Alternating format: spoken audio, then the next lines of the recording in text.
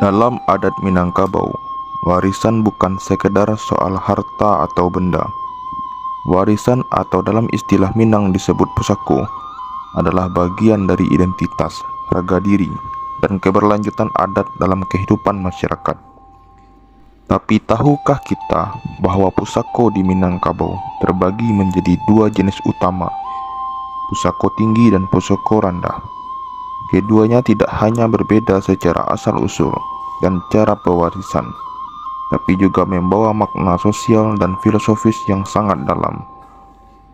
Pusako tinggi adalah harta pusaka yang diwariskan turun-temurun secara matrilineal dari mamak kepada kemenakan dan biasanya berasal dari nenek moyang secara adat.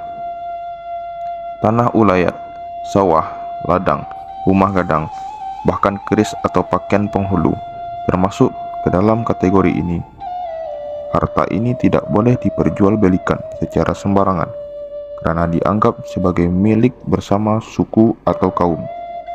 Dalam falsafah Minangkabau, pusako tinggi ibarat akar yang mengikat anak cucu dengan tanah leluhur mereka. Ia diwariskan bukan karena jasa, tapi karena garis keturunan.